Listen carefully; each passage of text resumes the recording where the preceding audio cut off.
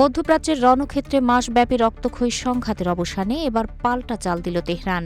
Israel ও যুক্তরাষ্ট্রের সঙ্গে যুদ্ধ বন্ধে ৫টি কঠোর শর্ত জুড়ে দিয়েছে ইরান। হিব্রু সংবাদ মাধ্যমগুলোর বরাতে আন্তর্জাতিক সংবাদ সংস্থাগুলো এই চাঞ্চল্যকর খবরটি সামনে এনেছে।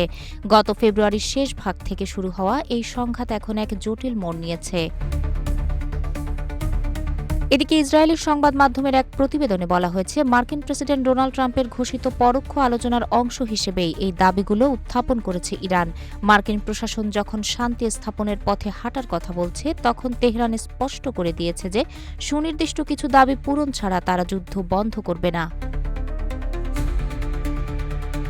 ইরানের ৫টি শর্তের মধ্যে রয়েছে: ১. কেবল সাময়িক বিরতি নয়, বরং যুদ্ধ যে আর নতুন করে শুরু হবে না তার পূর্ণাঙ্গ আন্তর্জাতিক নিশ্চয়তা দিতে হবে।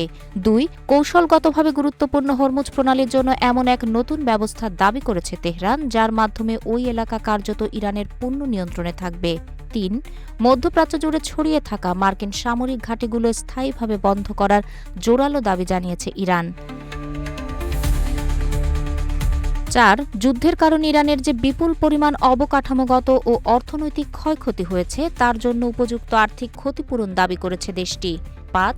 তেহরান বিরোধী অপপ্রচারে লিপ্ত সংবাদ মাধ্যম ও কর্মীদের বিরুদ্ধে বিচার বিভাগীয় ব্যবস্থা নেওয়ার শর্ত দেওয়া হয়েছে। এমনকি শত্রুভাবাপন্ন ব্যক্তিদের ইরানের হাতে হস্তান্তরের দাবিও জানানো হয়েছে। এর আগে হোয়াইট হাউসের পক্ষ থেকে প্রেসিডেন্ট ট্রাম্প জানিয়েছিলেন, ওয়াশিংটন বেশ কিছুদিন ধরেই তেহরানের সঙ্গে নিবিড় আলোচনায় রয়েছে। তবে ইরানের এই ৫ কঠিন শর্ত ওয়াশিংটন ও তেল আবিব কতটা মেনে নেবে তা নিয়ে আন্তর্জাতিক মহলে বড় ধরনের সংশয় রয়ে গেছে। মধ্যপ্রাচ্যের ভাগ্য এখন এই ৫ শর্ত আর রণক্ষেত্রের বাস্তবতার মাঝেই দুলছে। তাহেরা আক্তার, রূপালী বাংলাদেশ।